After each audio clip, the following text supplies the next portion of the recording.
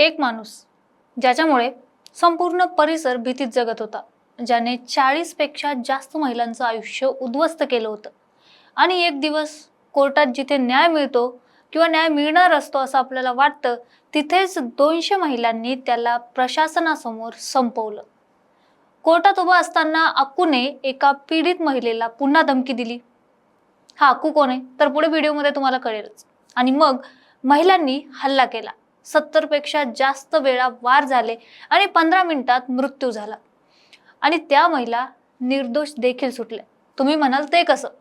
सगळं काही सविस्तर जाणून घेऊया व्हिडिओच्या माध्यमातून। नमस्कार, मी पूजा आणि तुम्ही बघताय सत्य पे सत्ता, प्रश्न तुमचे आवाज आमचा। मंडळी, ही गोष्ट आहे नागपूरच्या कस्तुरबा नगरची। अक्कू यादव आणि लोकांच्या संतापाची मर्यादा ओलांडल्याची तारीख होती 13 ऑगस्ट 2004। ठिकाण होतं नागपूर जिल्हा न्यायालय। कोर्टाचं कामकाज नेहमीप्रमाणे सुरू होतं। वकिलांची लगबग चालू होती।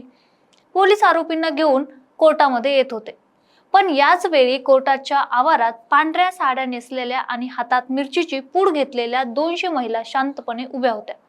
त्यांच्या डोळ्यात संताप देखील होता, पण तेवढीच त्यांच्या चेहऱ्यावर भयानक शांतताही होती। एका माणसाला पोलिसांनी आत आणलं।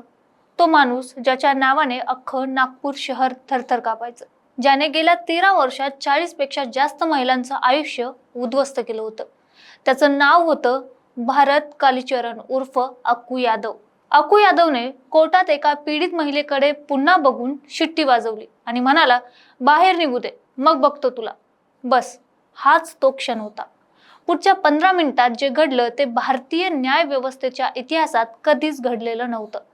भर कोर्टात भर न्यायाधीशासमोर त्या 200 महिला अक्कू यादववर तुटून पडल्या। कोणाच्या हातात दगड होते, कोणाच्या हातात सुऱ्या, तर कोणाच्या हातात मिरचीची पूड होती। 70 पेक्षा जास्त वार आणि अक्कू यादवचा खेळ खल्लास झाला। पण मंडळी, अक्कू यादव काही एका रात्रीत झालेला गुंड किंवा बनलेला नव्हता। त्याची पाळंमुळं नागपूरच्या कस्तुरबा नगर झोपडपट्टीतूनच होती। 70च्या दशकात जन्मलेल्या अक्कूने गरिबी जवळून बघितली होती, पण त्याने निवडलेला रास्ता हा रक्ताचा होता। ज्याचे वडीलही छोट्या मोठ्या गुन्हेगारीत होतेच, त्यामुळे गुन्हेगारीचं बाळकडू त्याला घरातूनच मिळालेलं होतं। सुरुवातीला तो पोरांकडून पैसे उकळवायचा, महिलांची छेड काढायचा, पण 1991 मध्ये त्याने पहिली मोठी क्राईम फाईल उघडली। एका सामूहिक बलात्कार प्रकरणात त्याचं नाव आलं, पण आश्चर्य म्हणजे पोलीस आणि कायद्याच्या पळवाटांचा वापर करून तो सुटला देखील। इथूनच अक्कू यादवला समजलं की जर खिशात पैसा आणि हातात ताकद आणि दहशत असेल तर कायदा आपल्याला वाकवू शकणार नाही। पुढची 13 वर्ष कस्तुरबा नगरमध्ये अक्कू यादवचं समांतर सरकार चालत होतं।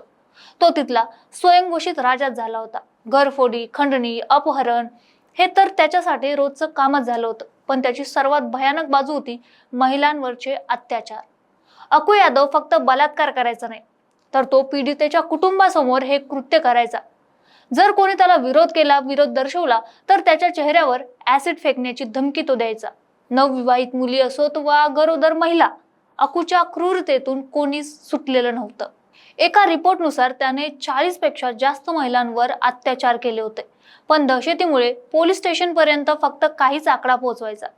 त्याच्या भीतीमुळे लोक पोलीस स्टेशन पर्यंत जायचेच नाही। लोकांच्या घरात घुसून जेवण मागणे, पैसे न दिल्यास बेदम मारहाण करणे आणि पोलिसांसमोर छाती ठोकून फिरणे हा त्याचा नित्यक्रम झाला होता। नागपूर पोलीस दलातील काही भ्रष्ट अधिकारी अक्कूच्या खिशात होते, असं आजही तिथले लोक सांगतात। आता प्रश्न पडतो की पोलीस काय करत होते? लोकांनी तक्रारी केल्या नाहीत का? केल्या होत्या। तक्रारी केल्या होत्या, शेकडो वेळा केल्या होत्या, पण दरवेळी अक्कू यादव जामिनावर बाहेर यायचा। बाहेर आला की तक्रारदाराला गायब करायचा किंवा त्याला इतकं मारहाण करायचा की पुन्हा कोणी तक्रार करायला धजावतच नसेल, पुन्हा कोणी त्याच्या विरोधात तक्रार करायला हिम्मतच करत नव्हतं। कस्तुरबा नगरच्या महिलांनी अनेकदा पोलीस स्टेशन गाठलं, पण तिथून त्यांना समेट करा किंवा आम्ही काय करणार अशी उत्तरं मिळायची। जेव्हा न्याय देणारी यंत्रणाच गुन्हेगाराच्या बाजूने उभी राहते, तेव्हा सर्वसामान्य माणसाचा संयम सुटतो। आपण म्हणतो ना की अन्यायाचा घडा एक ना एक दिवस नक्कीच भरतो। कस्तुरबा नगरमध्ये एक महिला होती, उषा नारायण नावाची। अक्कू यादवने जेव्हा उषा नारायण याच्या घरावर हल्ला केला किंवा त्याच्यावर जबरदस्ती करण्याचा प्रयत्न केला, तेव्हा त्यांनी मागे हटण्याऐवजी घरातला गॅस सिलेंडर बाहेर काढला आणि धमकी दिली की जर पुढे आलास तर संपूर्ण मोहल्ला उडवून खाक करेल। उषा नारायण यांच्या या एका धाडसामुळे कस्तुरबा नगरच्या महिलांना बळ मिळालं. जर ही एकटी लढू शकते तर आपण सगळ्या मिळून का नाही? हा विचार वाऱ्यासारखा पसरला. लोकांनी अक्कूच्या घरावर हल्ला केला, त्याचं घर जाळून खाक केलं. नागपूर हादरलं होतं.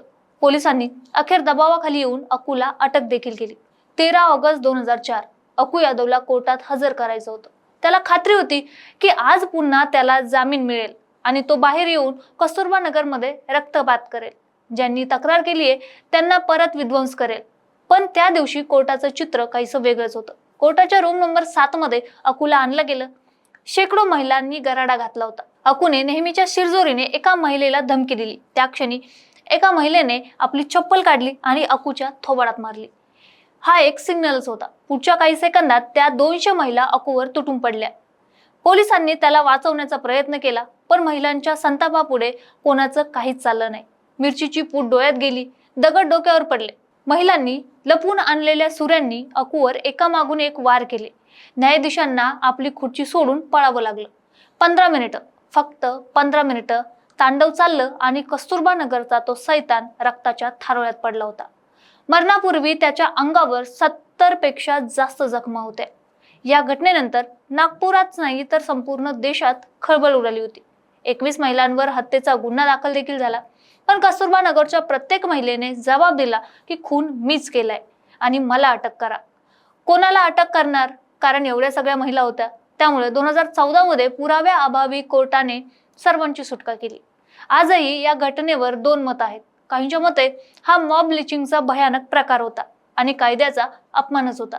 पण कस्तुरबा नगरच्या महिलांसाठी तो खरा न्याय देखील होता, जो त्यांना 13 वर्ष मिळालाच नव्हता. मंडळी, अक्कू यादवची गोष्ट आज आपण का सांगतोय? कारण आजही ग्रामीण भागात किंवा शहराच्या कोपऱ्यात कानाकोपऱ्यात अनेक अक्कू यादव तयार होत आहेत. अलीकडेच नसरापूरच्या किंवा बदलापूरच्या सारख्या घटना पाहिल्या की असं वाटतं, सिस्टम खरंच बदलली आहे का? जी 2004 मध्ये होतं तेच आज 2026 मध्ये देखील होतंय का? जेव्हा आरोपींना राजकीय वरदहस्त मिळतो, जेव्हा पोलीस तक्रार घ्यायला टाळाटाळ करतात, तेव्हा लोकांमध्ये असाच राग साचत जातो आणि जेव्हा हा राग फाटतो तेव्हा कायदा हातात घेतलाच जातो. अक्कू यादवचा शेवट हा न्याय होता की बदला, हे ठरवणं आजही कठीण आहे. पण एक प्रश्न आजही अनुत्तरित आहे. जर आपली न्यायव्यवस्था वेळेवर आणि निष्पक्षपणे काम करत असती तर त्या महिलांना हातात शस्त्र घेण्याची गरजच पडली नसती. तुम्हाला काय वाटतंय? कमेंट करून नक्की सांगा आणि अशाच विश्लेषणात्मक व्हिडिओसाठी पाहत राहा सत्य पे सत्ता. प्रश्न तुमचे, आवाज आमचा.